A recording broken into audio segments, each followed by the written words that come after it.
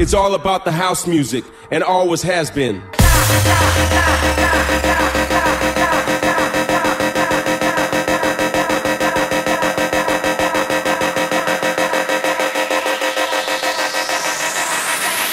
Back once again with the ill behavior.